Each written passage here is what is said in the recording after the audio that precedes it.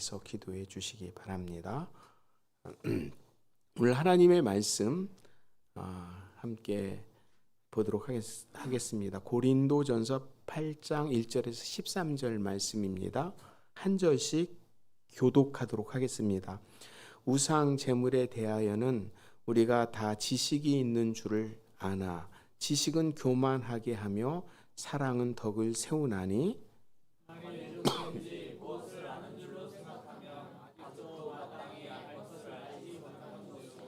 또 누구든지 하나님을 사랑하면 그 사람은 하나님도 알아주시느니라.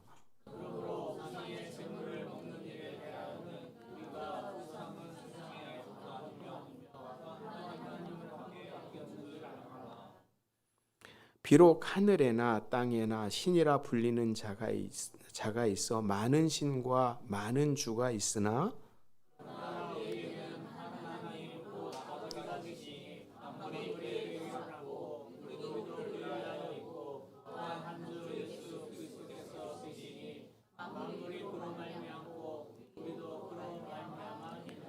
그러나 이 지식은 모든 사람에게 있는 것이 아니므로 어떤 이들은 지금까지 우상에 대한 습관이 있어 우상의 제물로 알고 먹는 고로 그들의 양심이 약하여지고 더러워지느니라.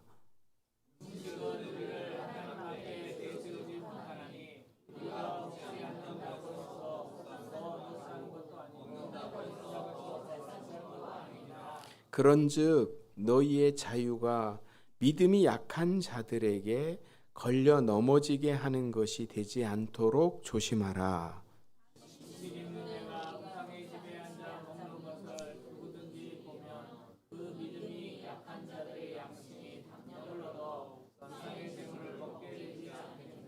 그러면 내 지식으로 그 믿음이 약한 자가 멸망하나니 그는 그리스도께서 위하여 죽은 형제라.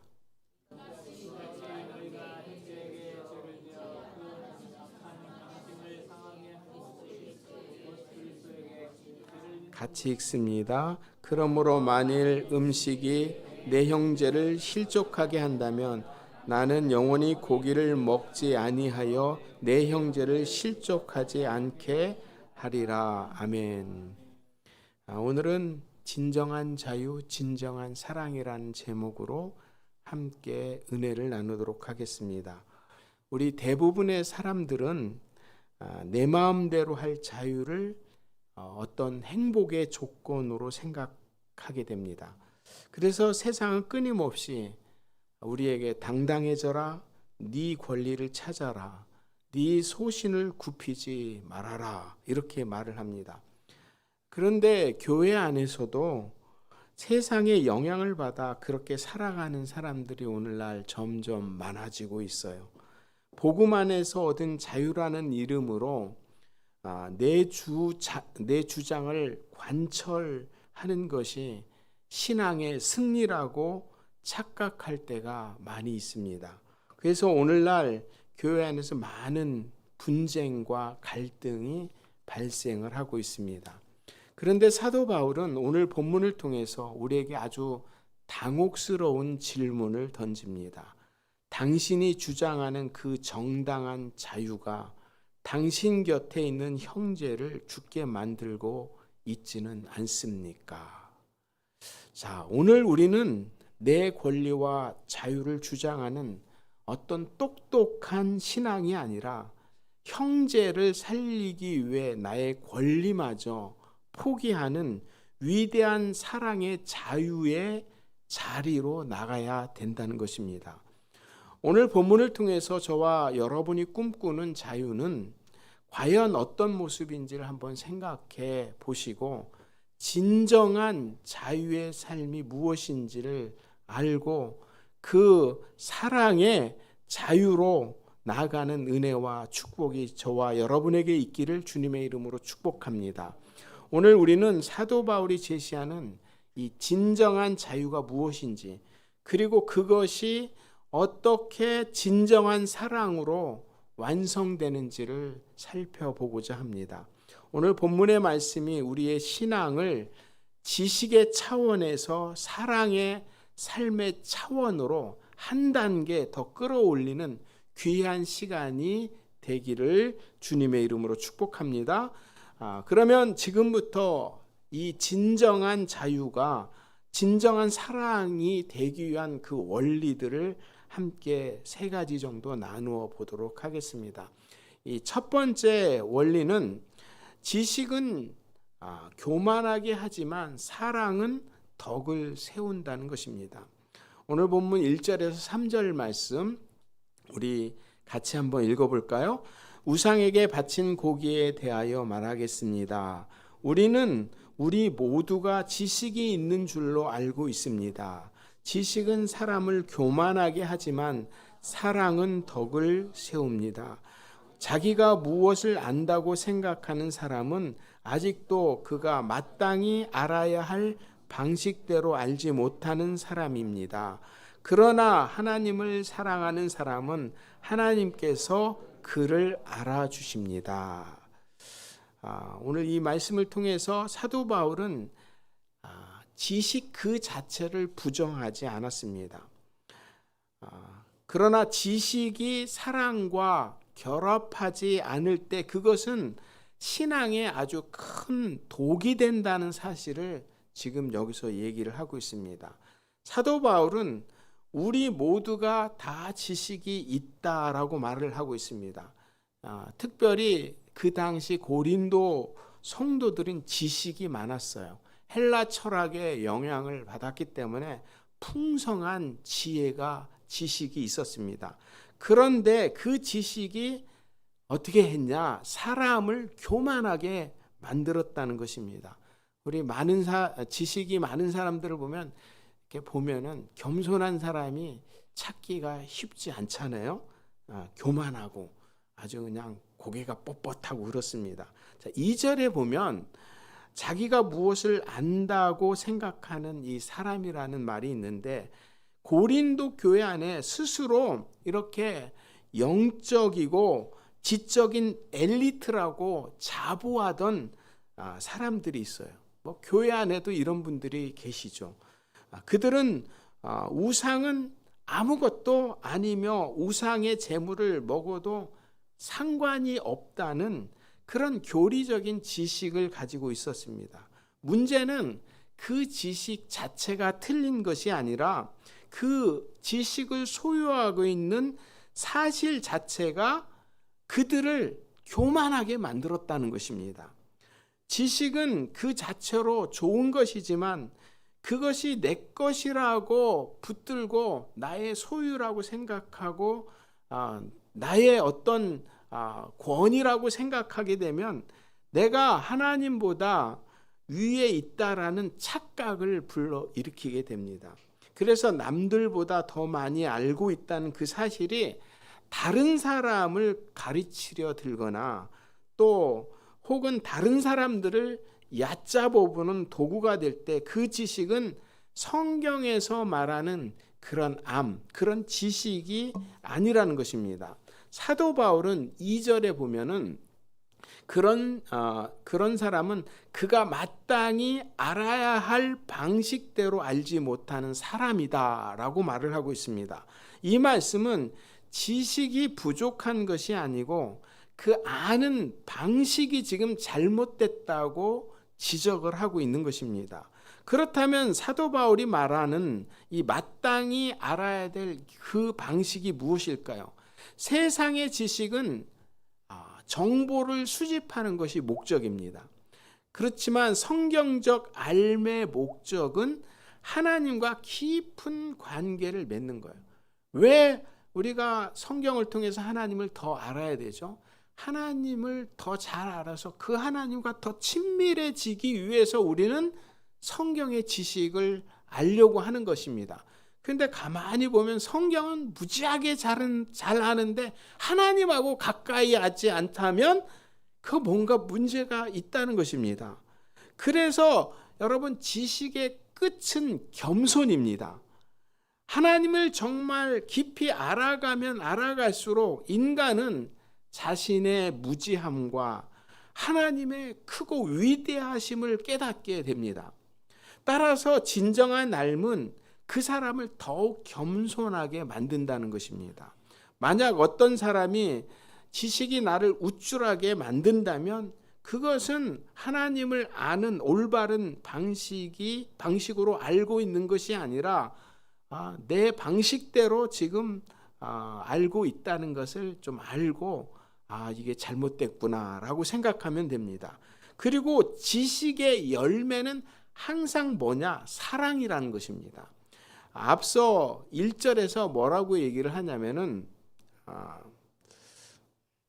여기는 안 나왔네. 1절에서 지식은 교만하게 하나 사랑은 덕을 세운다, 이런 말씀을 했습니다. 이것을 한번 요약하면 성경이 말하는 삶의 방식은 사랑으로 연결되는 지식이라는 것입니다. 하나님을 아는 지식은 반드시 하나님을 사랑하는 마음으로 이어지고 그 사랑이 바로 형제를 귀하게 여기고 사랑하는 태도로 나타나야 된다는 것입니다. 오늘 본문 3절은 앞선 1, 2절에 지식으로 교만해지지 말라는 경고를 해결해주는 유일한 해법을 제시하고 있는데, 첫 번째는 삶의 방향이 지식에서 사랑으로 바뀌어야 된다는 것입니다. 그래서 사도 바울은 2절 3절에서 뭐라고 하면 2절에서는 무엇을 안다고 생각하는 사람이라는 표현을 썼고 3절에서는 하나님을 사랑하는 사람이라고 얘기를 하고 있습니다.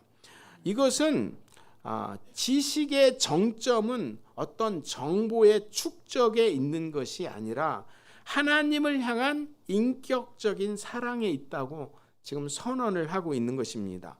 내가 하나님을 얼마나 많이 아느냐가 중요한 것이 아니라 내가 하나님을 얼마나 사랑하느냐가 신앙의 본질이라는 것입니다. 내가 이만큼 하나님에 대해서 알고 있는데 하나님에 대한 사랑이 문제가 있다면, 그것보다 적다면 내 지식은 뭔가 지금 잘못되어 있다는 것입니다. 참 성경을 많이 하는 사람들도 많이 있는데, 그런데 그에 비해서 하나님을 얼마나 사랑하는가, 그걸 생각해 보면 내 지식이 지금 잘못됐는지 바른지 이것을 가늠할 수 있다는 것이죠. 자, 두 번째는 뭐냐? 두 번째는 내가 아는 것에서 하나님이 아시는 것으로 주도권을 전환해야 될 필요가 있다는 것입니다. 우리는 보통 내가 하나님을 열심히 공부하고 노력해서 하나님을 알아간다라고 생각을 합니다. 그러나 사도 바울은 하나님께서 그를 알아주십니다 라고 이렇게 말씀하고 있습니다. 여기서 알아주다라는 헬라어는 에고누스타이라는 단어입니다. 이것은 단순히 정보를 습득하는 차원이 아닙니다. 어떤 지식적인 어떤 그런 알미 아닙니다. 여기서 알아주다라는 이 말은 기노스코라는 안다라는 말에서 나왔는데, 이 안다라는 것은 머리로만 아는 것이 아니라 어떤 정말 깊은 어떤 인격적인 교제를 통해서 아는 것입니다. 예를 들자면 부모가 자식을 아는 것, 이것은 부모가 자식을 키우다 보면 제 성격이 이러네, 또 입맛이 이러네, 제 습관이 이러네, 이렇게 경험을 통해서 아는 것과 같은 것입니다. 이렇게 친밀하고 주권적인 관계를 바로 이 기노스크라는 단어, 또 에그노스타이라는 단어의 의미입니다. 즉 내가 하나님을 사랑하기 시작할 때 하나님께서 나를 당신의 자녀로, 당신의 사랑하는 사람으로 인정을 하고 관계를 맺어 주신다는 것입니다. 그래서 우리가 하나님을 사랑하면 사랑할수록 그 하나님도 나를 더 사랑해 주시는 것을 볼 수 있습니다. 자, 세 번째는 뭐냐? 신앙의 자존감의 회복이 있어야 된다는 것입니다. 지식에 매몰된 사람은 끊임없이 다른 사람과 자신을 비교하면서 내가 저 사람보다 더 많이 안다라는 것을 그것을 증명을 통해서 자존감을 얻으려 하기 때문에 굉장히 어려움을 겪습니다. 그러나 하나님께 사랑받는다는 사실을 깨닫는 사람은 남이 나를 어떻게 생각하느냐가 중요한 것이 아니라 하나님이 나를 알고 계신다는 그 사실에서 큰 안정감을 갖게 됩니다. 하나님이 나를 알아주신다는 것은 내 모든 삶의 이유와 또 가치를 하나님이 증명해 주신다는 뜻입니다. 그렇게 되면 내가 사람들에게 내 지식을 증명할 필요가 없어요. 하나님이 나를 아시기에 나는 자유롭고 겸손해지게 된다는 것입니다. 그렇기 때문에 우리가 진짜 하나님이 나를 알아주신다는 그 하나만 생각할 때 얼마나 참 우리가 거기에서 안정감을 누리는지 모릅니다. 자, 정리하면 이렇습니다. 누군가가 여러분을 알아줄 때 굉장히 힘이 나시잖아요. 하지만 그런 세상의 인정 그때뿐이지 늘 흔들리게 된다는 것입니다. 우리가 어떤 상황 가운데서 진정으로 평화를 얻는 비결이 뭐냐? 내가 하나님을 얼마나 많이 아느냐를 증명하는 것이 아니라 하나님이 나를 지금 깊이 알고 계신다는 사실을 믿는 것입니다. 하나님은 지식을 자랑하는 자가 아니라 하나님을 사랑하는 자의 그 이름을 부르며 그를 알아주신다는 것입니다. 이 사랑을 깨달은 사람은 다른 사람의 부족함을 정죄하지 않고 오히려 그 형제를 똑같이 바라보시는 그 하나님의 마음으로 그를 안아줄 수 있게 됩니다. 안정감이 생긴다는 것입니다. 비교하거나 질투할 필요가 없다는 것입니다. 내 부족한 점을 다 아시는 주님이 주님한테 변명하고 그렇게 할 필요가 어디 있겠습니까? 주님 아시지요. 제 모습 다 아시잖아요, 주님. 그렇게 하고 우리가 주님 앞에 벌거벗은 존재인데 뭐 숨길 게 있습니까? 그렇기 때문에 주님 앞에서 안정스럽다는 것입니다. 자, 두 번째, 진정한 자유가 진정한 사랑이 되기 위한 원리는 나의 자유가 형제에게 걸림돌이 된다면 기꺼이 그 자유를 포기하는 것입니다. 오늘 본문 4절에서 9절 말씀을 우리 같이 한번 읽어보도록 하겠습니다. 그런데 우상에게 바친 고기를 먹는 일을 두고 말하면 우리가 알기로는 세상의 우상이라는 것은 아무것도 아니고 오직 하나님 한 분밖에는 신이 없습니다. 이른바 신이라는 것들이 하늘에든 땅에든 있다고 칩시다. 그러면 많은 신과 많은 주가 있는 것 같습니다. 그러나 우리에게는 아버지가 되시는 하나님 한 분이 계실 뿐입니다. 만물은 그분에게서 났고 우리는 그분을 위해서 있습니다. 그리고 한 분 주님이신 예수 그리스도가 계십니다. 만물이 그분으로 말미암아 있고 우리도 그분으로 말미암아 있습니다. 그러나 누구에게나 다 지식이 있는 것은 아닙니다. 어떤 사람들은 지금까지 우상을 섬기던 관습에 젖어서 그들이 먹는 고기가 우상의 것인 줄로 여기면서 먹습니다. 그들의 양심이 약함으로 더럽혀지는 것입니다. 그러나 우리를 하나님 앞에 내세우는 것은 음식이 아닙니다. 음식을 먹지 않는다고 해서 손해볼 것도 없고 먹는다고 해서 이로울 것도 없습니다. 그러나 여러분에게 있는 이 자유가 약한 사람들에게 걸림돌이 되지 않도록 조심하십시오. 자, 여기 4절의 말씀에서 우상은 아무것도 아니라고 얘기를 하고 있어요. 그런 점에서 고린도 성도들은 지식적으로 되게 옳은 생각을 가지고 있었습니다. 세상의 우상은 그저 사람이 만든 허상일 뿐, 하나님은 오직 한 분뿐이라는 사실은 흔들리지 않는 진리입니다. 사도 바울은 그들의 지식에다 뭘 얘기를 하고 있냐면 복음의 본질을 더하고 있는데 6절 말씀 보면은 우리에게는 아버지가 되시는 하나님 한 분이 계실 뿐입니다. 만물이 그분에게서 났고 우리는 그분을 위하여 있습니다. 그리고 한 분 주님이신 예수 그리스도가 계십니다. 만물이 그분으로 말미암아 있고 우리도 그분으로 말미암아 있습니다. 이 말은 뭐냐면은 우리의 세계관은 우상이 있느냐 없느냐의 논쟁이 아니라 예수님이 우리의 삶의 주인이시냐 아니시냐의 고백에 달려 있다는 것입니다. 그러므로 지식으로 우상을 파괴하는 것보다 바로 내 삶의 왕좌에 예수 그리스도를 모시는 것이 더 중요하다는 것을 얘기를 하고 있습니다. 오늘 본문 7절에서 아주 중요한 얘기를 하고 있는데 한번 같이 읽어보도록 하겠습니다. 그러나 누구에게나 다 지식이 있는 것은 아닙니다. 어떤 사람들은 지금까지 우상을 섬기던 관습에 젖어 있어서 그들이 먹는 고기가 우상인 것인 줄로 여기면서 먹습니다.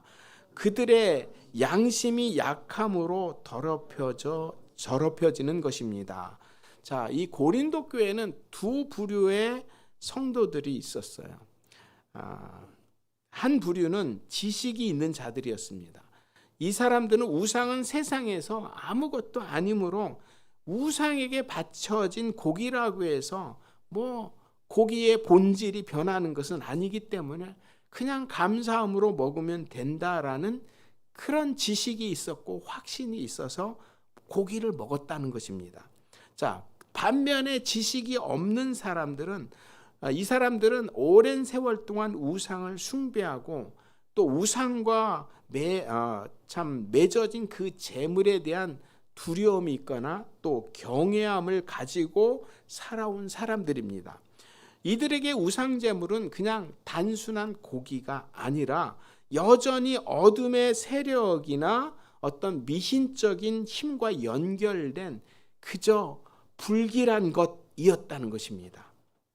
이 두 부류가 나눠져 있다는 것입니다. 그러므로 사도 바울이 7절에서 뭐라고 얘기를 하냐면 그러나 누구에게나 다 지식이 있는 것이 아닙니다. 이렇게 말한 것은 고린도 성도들이 우상은 아무것도 아니기 때문에 우상에게 바친 재물을 아무 꺼리낌이 없이 먹어도 된다는 지식이 모든 사람에게 적용되지 않는다는 것입니다. 이것은 모든 사람이 똑같이 신앙적 수준에 있지 않다는 것입니다. 우리 성도들이 신앙의 수준이 다 다르잖아요. 그렇기 때문에 신앙의 수준이 다르기 때문에 신앙의 수준을 어디에 맞춰줘야 되느냐? 바로 신앙의 수준이 조금은 참 어리신 분들, 그분들한테 수준을 맞춰서 신앙이 성숙한 사람들이 그들을 배려를 해야 되는데 아니 나는 자유에 하면서 신앙이 성숙하다는 이름으로 이것저것을 해서 신앙이 연약한 사람들을 실족시켜서는 안 된다는 얘기를 지금 얘기를 하고 있는 것입니다. 그래서 우상을 섬기던 사람들에게 그 고기가 여전히 우상과 결부된 이 두려움의 대상이 된다는 것입니다. 이것은 아무리 옳은 지식이라도 그것을 받아들일 준비가 되지 않는 사람에게 그것은 시험거리가 될 수 있음을 지적하고 있는 거예요. 오늘날 우리가 신앙생활하면서 꼭 음식 문제가 아니어도 이런 부분들이 굉장히 많이 있습니다. 나의 어떤 신앙의 행위를 보고 어떤 형제가 그거에 대해서 실족함이 있거나 또 거기에 대해서 시험거리가 된다면 이건 문제가 된다는 것이죠. 그래서 또 7절에서 얘기하는 것이 이제 관습이라는 말이 있고 양심이라는 말이 서로 연결이 되어 있는 것을 볼 수 있는데, 오랫동안 우상을 섬기며 살아온 사람들에게는 우상은 신이라는 생각이 무의식 속에 깊이 자리 잡고 있어요. 옛날에 섬겼던 거니까 그걸 하루아침에 벗을 수 없잖아요. 그러므로 이들에게는 우상 제물을 먹는 것이 단순한 어떤 식사의 행위가 아니라 그 우상과 다시 교제하거나 그 영향 아래로 들어간다고 생각했기 때문에 죄책감에 사로잡히도록 만들었다는 것입니다. 옛날에 우리 시대도 마찬가지죠. 옛날에는 이런 일이 있었어요. 어떤 분이 그거 제밥이니까 먹으면 안 돼. 제사 지내고 제밥 먹는 거 있잖아요. 제사 지내고 제밥 먹으면 안 돼. 근데 무슨 소용이 있어요, 그게? 그건 뭐 제밥이라고 해서 음식이, 그건 난 자유해 해가지고 제밥을 확 먹어버렸는데, 옆에서 그 참 제사를 잘 지내고 그 제사에 그에 폭 빠져 있던 사람이 예수 믿고 나서 제밥을 다 먹네, 우상 숭배하는 거 아니야? 그러면서 실족함이 된다, 이런 얘기입니다, 이게. 그래서 우리가 항상 이걸 조심할 필요가 있어요. 나는 예수 믿고 자유하니까 내 마음대로 살아도 돼. 나는 내 자유를 누릴 수 있어. 이 구원파적인 생각을 가지면 안 돼요. 나는 주 안에서 구원받고 정죄함이 없으니까 나는 떳떳해. 만약에 정죄감을 느끼고 산다면은 난 구원받지 못한 거야. 이런 생각을 가지면은 이게 굉장히 문제가 되는 거죠. 여기서 사도 바울이 가장 우려했던 것은 우상의 제물을 먹는 행위 자체가 아니라 그들의 양심이 약하여짐으로 더럽혀졌다는 것입니다. 자, 여기서 양심이 약해진다는 것은 자신의 믿음과 행동이 일치하지 않으면요, 사람은 영적인 갈등과 혼란을 겪게 됩니다. 그때 마음속으로 이렇게 하는 것이 죄가 아닐까, 이런 생각을 하면서도 남들이 먹으니까 억지로 먹거나 공동체의 어떤 분위기 속에서 휩쓸려서 먹게 되면 그 사람의 양심이 이제 문제가 되기 시작해요. 무너지게 된다는 것입니다. 그리고 또 여기서 더럽혀졌다는 의미는 뭐냐? 죄의식에 짓눌려서 하나님과의 친밀한 교제가 끊어진 상태를 의미합니다. 그 우상 숭배하던 지식이 없는 그 사람들이 볼 때 그들이 더럽혀졌다는 것은 바로 하나님과의 친밀한 교제가 끊어졌다, 이 말입니다. 스스로 죄라고 생각하는 일을 행함으로써 영적인 그 자존감이 무너지고 믿음에서 멀어지는 현상이 나타나게 되는 것입니다. 이게 굉장히 큰 문제다, 이 말이죠. 사도 바울은 그래서 8절에서 뭐라고 얘기하냐면, 우리를 하나님 앞에 내세우는 것은 음식이 아닙니다, 이렇게 얘기를 하고 있어요. 이 말은 무엇을 먹느냐 마느냐가 구원과 아무런 상관이 없다는 것입니다. 즉, 우리가 고기를 먹어서 더 거룩해지는 것도 아니고 안 먹어서 덜 거룩해지는 것도 아니라는 것입니다. 중요한 것은 우상에게 바친 음식을 우리가 자유롭게 먹는 것이 믿음이 약한 자들에게 걸림돌이 된다는 것입니다. 오늘 본문 그래서 9절에 이렇게 얘기를 하고 있습니다. 우리 같이 읽어보겠습니다. 그러나 여러분에게 있는 이 자유가 약한 사람들에게 걸림돌이 되지 않도록 조심하십시오. 오늘 주보에 나와 있는 그 암송 구절이 제가 잘 안 고쳐놔가지고 지난주께 나오는데, 오늘 암송 구절이 이 말씀입니다. 다시 한번 읽어봅니다. 그러나 여러분에게 있는 이 자유가 약한 사람들에게 걸림돌이 되지 않도록 조심하십시오. 자, 그러므로 이 말씀을 통해서 우리는 진정한 자유는 내가 무엇을 할 수 있는가를 증명하는 것이 아니라 우리의 행동을 보고 내 옆에 형제에게 걸림돌이 되지 않도록 배려하는 것입니다. 내가 아무리 자유롭다 해도 그 자유가 어떤 형제에게 시험이 된다면 그것은 나의 성숙함을 드러내는 것이 아니라 나의 무례함을 드러내는 꼴이 된다는 것입니다. 그리스도인의 자유는 무엇을 할 수 있는 권리가 아닙니다. 다른 사람을 위해서 무엇을 하지 않을 수 있는 권리입니다. 내가 내 자유를 마음껏 행사하면서 믿음이 약한 형제가 양심의 상처를 입게 되고 넘어지게 되면 그것은 더 이상 자유가 아니라 그것은 바로 그리스도께, 예수님께 죄를 짓는 것이라는 것입니다. 그런 점에서 우리가 행할 수 있는 당연한 권리를 포기함으로써 누군가를 살릴 마음이 있어야 한다는 것입니다.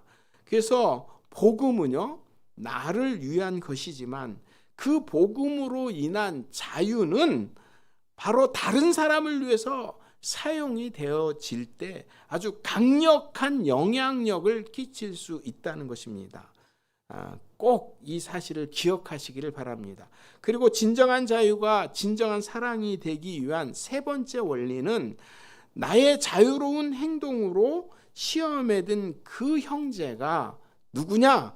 바로 그리스도께서 그 형제를 대신 죽으셨다는 사실을 알아야 된다는 것입니다. 오늘 본문 11절에서 13절 말씀을 우리 같이 한번 읽어보도록 하겠습니다. 그러면 그 약한 사람은 당신의 지식 때문에 망하는 것입니다. 그리스도께서는 그 약한 신도를 위하여 죽으셨습니다. 이렇게 여러분이 형제 자매들에게 죄를 짓고 그들의 약한 양심을 상하게 하는 것은 그리스도께 죄를 짓는 것입니다. 그러므로 음식이 내 형제를 걸어서 넘어지게 하는 것이라면 그가 걸려서 넘어지지 않게 하기 위해서 나는 평생 고기를 먹지 않겠습니다. 사도 바울은 이 11절에서 그 약한 사람은 당신의 지식 때문에 망한다라고 말합니다. 이 말은 너의 그 대단한 지식이 오히려 형제를 파괴하는 도구가 되고 있다라고 지금 지적을 하고 있는 것입니다. 그런데 더 충격적인 것이 뭐냐? 그 형제를 위해서 그리스도께서 죽으셨다는 것입니다.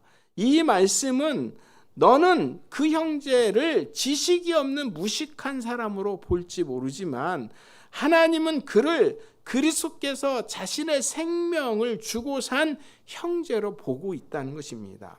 그래서 내가 지식으로 형제를 무시하고 또 자유를 강요할 때 나는 결국 예수님의 핏값을 헛되게 만드는 죄를 짓는 이 엄청난 범죄를 저지르는 것에 해당한다는 것입니다. 그래서 사도 바울은 12절에 아주 단호하게 이렇게 얘기를 하고 있습니다. 여러분이 형제 자매들에게 죄를 짓고 그들의 약한 양심을 상하게 하는 것은 그리스도께 죄를 짓는 것입니다. 이렇게 선언을 하고 있어요. 자, 우리는 내 자유를 남용함으로써 다른 사람을 실족시키는 것이 큰 죄라는 사실을 알아야 됩니다. 이게 먹는 문제뿐만 아니라 우리 신앙생활의 전반에 걸쳐서 우리가 이것을 생각하라 이 말이죠. 그 결과 주님과의 관계가 어그러지게 되고 주님으로부터 공급받는 엄청난 그 은혜가 차단이 됩니다. 교회 안에서 우리는 서로 연결이 되어 있습니다. 내가 아무렇지 않게 행사하는 자유가 형제에게 영적인 치명상을 입힐 수 있음을 늘 기억하고 늘 조심해서 자유를 사용해야 한다는 것입니다. 내가 나는 예수 믿고 구원받고 자유인이 됐으니까 마음껏 하겠다. 이건 자유에 대한 잘못된 해석이고 만용입니다. 이것에 대해서 주님도 이렇게 말씀을 하셨어요. 마태복음 18장 6절에서 10절 말씀 우리 같이 한번 읽어보겠습니다.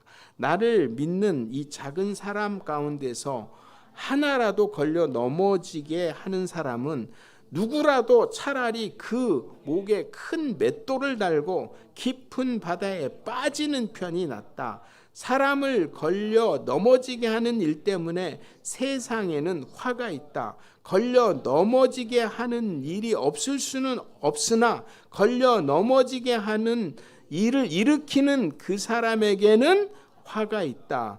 내 손이나 발이 너를 걸려 넘어지게 하거든 그것을 찍어서 내버려라. 네가 두 손과 두 발을 가지고 영원한 불 속에 들어가는 것보다는 차라리 손이나 발이 없는 채로 생명에 들어가는 편이 낫다. 또 내 눈이 너를 걸려 넘어지게 하거든 빼어버려라. 네가 두 눈을 가지고 불붙는 지옥에 들어가는 것보다는 차라리 한 눈으로 생명에 들어가는 편이 낫다. 너희는 이 작은 사람들 가운데서 한 사람이라도 업신여기지 않도록 조심하여라. 내가 너희에게 말한다. 하늘에서 그들의 천사들이 하늘에 계신 내 아버지의 얼굴을 보고 있다. 여러분, 이제 어떻게 살아야 되는지 아셨죠? 자녀라고 해서 함부로 막 대하고 실족시키면 안 돼요. 나하고 잘한다는 사람한테 막 함부로 해가지고 어려움을 느끼면 얼마나 그것이 큰 죄라는 사실을 깨달아야 된다는 겁니다. 그래서 사도 바울은 13절에 이렇게 선언을 하고 있는 것입니다. 같이 읽습니다. 그러므로 음식이 내 형제를 걸어서 넘어지게 하는 것이라면 그가 걸려서 넘어지지 않게 하기 위해서 나는 평생 고기를 먹지 않겠습니다. 이 선언은 사도 바울이 내가 평생 채식주의자가 되겠다는 그런 어떤 식단의 고백이 아닙니다. 바로 형제의 생명을 살리기 위해서라면 나는 내가 가진 모든 합법적인 권리와 즐거움을 영원히 포기할 수 있다라는 이 사랑의 결단이라는 것입니다. 이것이 성경에서 말하는 가장 높은 차원의 자유라는 것입니다. 진정한 자유는 내 권리를 주장하는 것이 아니라 사랑을 위해서 그 권리를 기꺼이 버릴 줄 아는 사랑의 절제가 바로 진정한 자유라는 것입니다. 사랑하는 우리 엔드비전 가족 여러분, 진정한 자유는 내 권리를 주장하는 곳에 있지 않습니다. 진정한 자유는 나의 권리를 기꺼이 포기하고 사랑하는 형제를 사랑하는 그곳에서부터 시작이 됩니다. 우리는 다 안다고 생각하지만 사실 사랑에 있어서는 늘 부족한 사람들입니다. 이제 우리는 평생 사도 바울처럼 나의 어떤 정당한 권리보다 형제의 영혼을 먼저 생각하는 자유인으로서 살아가시기를 바랍니다. 내가 가진 지식으로 누군가를 찌르기보다 그리스도의 사랑으로 누군가를 안아주는 그런 성도들로 살아가시는 은혜가 있기를 주님의 이름으로 축복합니다. 자, 이런 질문을 해보게 됩니다. 세상 사람들이 그렇게 실천하는 우리를 볼 때, 저들은 도대체 왜 저렇게까지 하는가? 이렇게 물을 때 우리는 당당히 대답을 해야 됩니다. 그것은 우리 주 예수님께서 우리를 위해서 그렇게 하셨기 때문에 그렇습니다. 그 사랑이 저와 여러분의 삶을 통해서 우리의 공동체와 또 세상 사람들에게까지 흘러갈 때 우리의 공동체는 세상이 줄 수 없는 진정한 평화와 놀라운 자유를 경험하면서 살게 될 것입니다. 한 가지 얘기하고 마치겠는데, 한 노신사가 은퇴 후에 평생 모은 돈으로 작은 시골 마을 집을 짓고 살게 되었어요. 그는 신앙심이 굉장히 깊고 또 신앙적인 지식도 풍성하신 분이었는데, 마을 사람들은 교회에 다니는 그를 보고 참 신앙이 참 성숙하구나, 그 신앙을 참 몸소 보여주시는 분이다, 이런 생각을 했어요. 그런데 또 이 마을에는 마음이 여리고 상처가 많은 청년이 있었어요. 이 청년도 교회를 다니고 있었습니다. 이 청년은 과거의 어떤 일로 인해서 유독 술, 또 유흥 이런 거에 민감했어요. 술집 근처만 가도 죄책감과 분노를 느끼는 연약한 양심을 가진 형제였습니다. 그런데 그 노신사는 은퇴 후에 마을 사람들과 어울리면서 아주 즐겁게 지내고 싶어 했고 어울렸습니다. 그리고 그에게는 특별히 한 가지 즐거움이 있었어요. 그게 뭐냐면 저녁 식사 후에 와인 한 잔 마시는 것이었습니다. 성경적으로 볼 때 뭐 술 자체가 죄가 아니라는 것은 누구든지 다 알고 있죠. 뭐 성경에도 술 취하지 말라고 했지 술을 먹지 말라. 예수님도 포도주를 즐기셨습니다. 그는 자신의 지식으로 볼 때 하루 일과를 마친 뒤에 집에서 마시는 그 와인 한 잔이 하나님께서 나에게 주신 자유라고 믿었고 그것을 즐겼다는 것입니다. 근데 어느 날이었어요. 어느 날 그 상처 많은 청년이 그 노신사 집 앞을 지나갈 때였습니다. 그 창문을 통해서 그 노신사가 식사하며 와인 한 잔을 마시는 것을 보게 되었고, 노신사도 그 청년을 보게 되었습니다. 그 순간 노신사가 이런 생각을 하게 됩니다. 저 청년에게 나의 이 자유로운 와인 마시는 행위가 어떻게 보일까? 그 청년은 지금 나의 자유를 보면서 또 실족하고 신앙의 갈등을 겪고 있지는 않을까, 이런 생각을 합니다. 그리고 나서 그 다음 날부터 노신사는 그 마을을 떠날 때까지 단 한 번도 그 집에서 와인을 마시지 않았답니다. 그래서 나중에 마을 사람들이 그 노신사에게 물었어요. 당신이 그 와인 한 잔 마시는 것이 죄가 아니라는 사실을 잘 알고 있지 않습니까? 그런데 왜 그런 좋아하는 즐거움을 스스로 포기를 하셨습니까? 이렇게 물으니까 그 노신사가 대답을 합니다.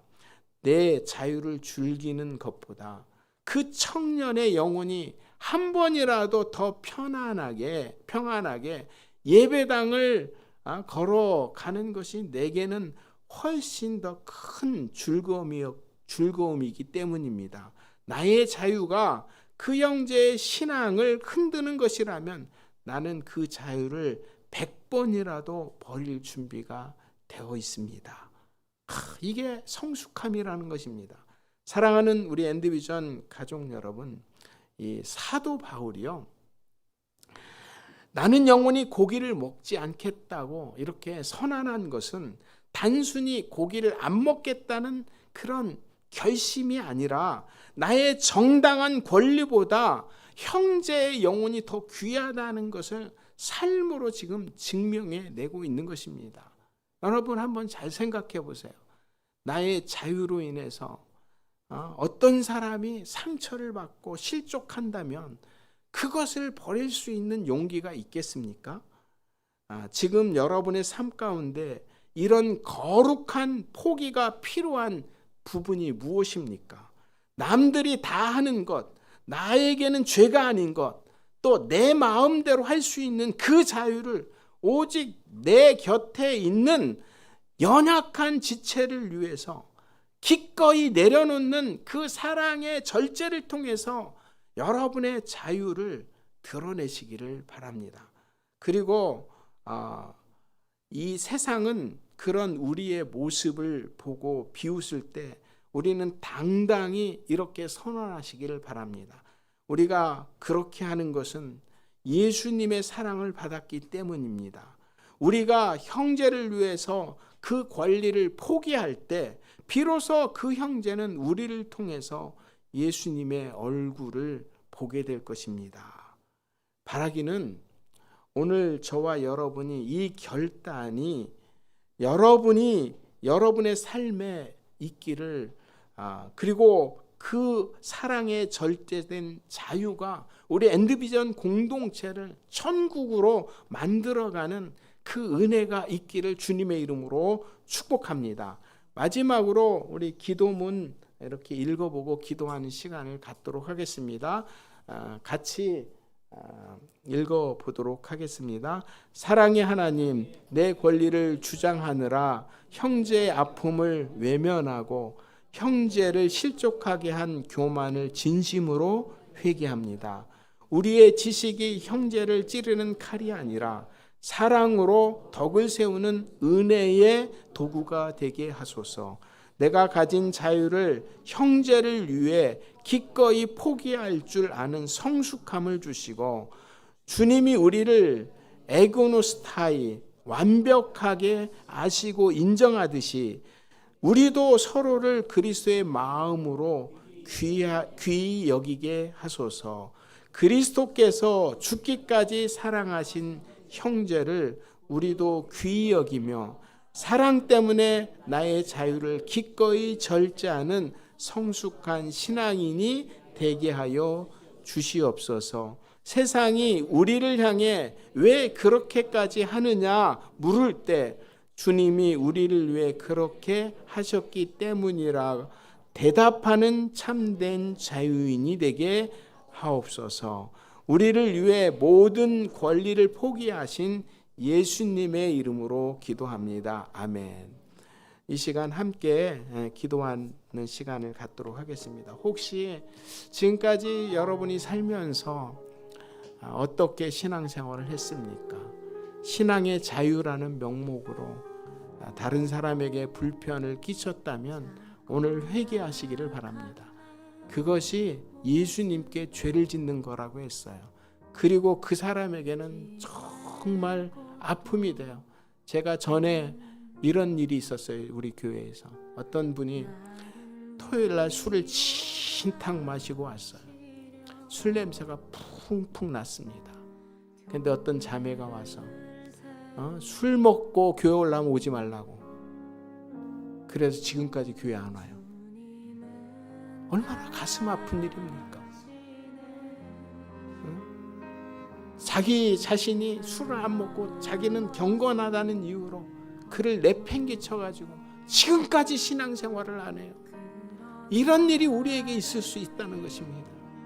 그래서 오늘 정말 우리 삶 가운데 이런 일이 없도록 하시기를 바랍니다. 우리가 실수할 수 있어요. 그래도 잘못했으면 빨리 가서 내가 잘못했다고 하면 되는 거예요. 그렇기 때문에 앞으로 오늘 이 원리를 정말 우리 신앙생활 가운데 잘 적용해서 정말 진정한 자유인, 사랑의 자유인이 되게 해달라고 결단하고 헌신하는 귀한 시간이 되기를 원합니다.